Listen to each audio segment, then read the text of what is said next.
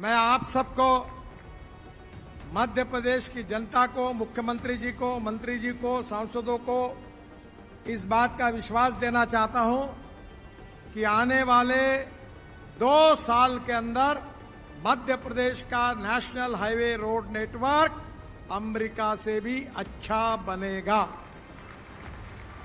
अप्रैल 2025 में जब केंद्रीय मंत्री नितिन गडकरी ने मध्य प्रदेश के दौरे पर आकर कहा कि अगले 2 साल में मध्य प्रदेश का रोड नेटवर्क अमेरिका से बेहतर होगा, तो लगा मानो मध्य प्रदेश में अब चमचमाती सड़कें ही नजर आएंगी। लेकिन बारिश के बाद सड़कों की जो तस्वीरें निकलकर सामने आ रही हैं वो हर किसी को हैरान करने वाली हैं। सिर्फ सड़कों को लेकर ही नहीं, मध्य प्रदेश में हो रहे पुलों के निर्माण को लेकर जो कारीगरी सामने आई है वो भी देश भर में चर्चा का विषय बनी हुई है। भोपाल में 90 डिग्री वाले ब्रिज के निर्माण के बाद इंदौर में जेड शेप के पुल की तस्वीर सामने आने के बाद हड़कंप सा मच गया है। मध्य प्रदेश में करोड़ों रुपए खर्च कर सड़कों और पुलों का निर्माण होता है, लेकिन कैसे आम जनता के पैसे का दुरुपयोग हो रहा है। सड़कों से लेकर पुलों के निर्माण तक में पोस्टमार्टम करती हुई हमारी ये रिपोर्ट आज आपको जरूर देखना चाहिए। नमस्कार, मैं हूं अनुराग श्रीवास्तव और आप देख रहे हैं एमपी डायरी।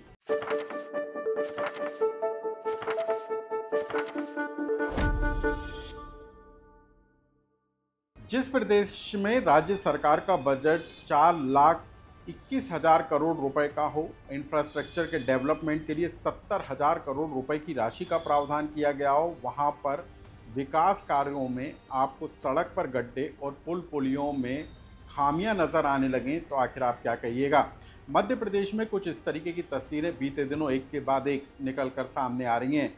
भोपाल में 90 डिग्री वाले आरओबी देश भर में मजाक बना, उसके बाद अब इंदौर में जेड शेप का एक पुल का निर्माण खासा चर्चा में है। इंदौर में करोड़ों रुपए की लागत से तैयार हो रहे इस पुल की तस्वीरें निकलकर सामने आई हैं, जिसके बाद सवाल उठ रहा है कि आखिर इस तरह की डिज़ाइन को मंजूरी कैसे दी गई।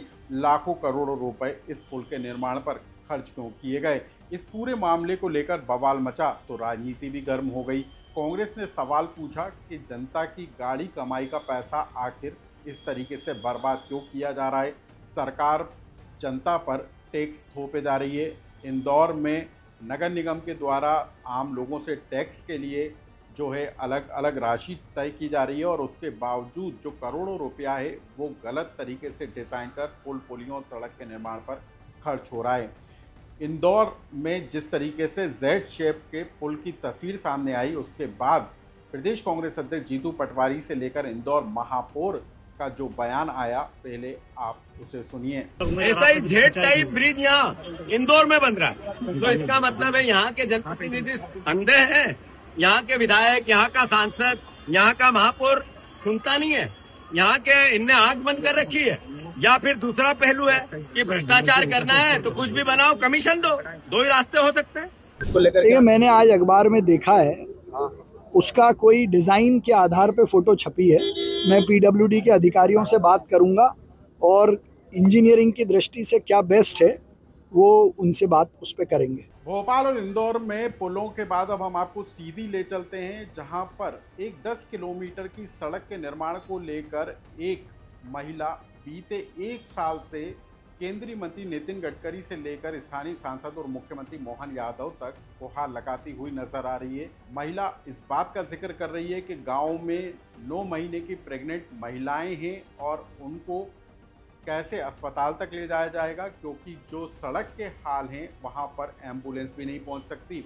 लेकिन 1 साल से लगातार आवाज़ उठाने और जन आंदोलन बनाने के बाद भी हैरान करने वाली बात यह है कि इस महिला की आवाज़ सुनने वाला कोई नहीं है, और ना ही ये कोई बताने वाला है कि आखिर सड़क का निर्माण कब होगा। हम बता दें कि हम 1 सप्ताह से ही अपने रोड की हालत दिखा रहे हैं। न ताही हम सांसद जी आए और न ताही कोनो नेता मंत्री आए कि हमरे रोड का एक बार फिर के झांक ले। और एक बात और बता दे चाहे थे कि यह हमारा जो आवाज़ है ना, तो हमारा तक नहीं रह गया है, हमारे गांव के सब लोगन की यह आवाज़ बन गई। और हाँ, यह आवाज ना धीरे धीरे एक आंदोलन के रूप ले फिर हमका दोष ना देवे। नहीं था जितने सड़क के अधिकारी हैं और जितने नेता मंत्री हैं तो हमरे ये गांव के ही सड़क के हालत देखी अपना पंचे। एक बात और बता दे कि हमरे पड़ोस में ना एक लेडीज रहे हैं जिनकी उनका 9वां महीना चलत रहा है और ये रोड इतना खराब है ना कि एक वजह से ही वो लेडीज कहीं वहाँ हॉस्पिटल नहीं ले जा पाए और आधी रात के बताई पीरा उठा तो वो लेडीज बच्चा सहित खत्म हुई। अब जबलपुर की सड़क को देख लीजिए, जहां से एक ऑटो चालक पानी भरा हुआ सड़क समझकर जब गाड़ी निकालने लगा तो वो कुछ इस तरीके से गिर गया। ये जबलपुर की सड़कों के हाल हैं।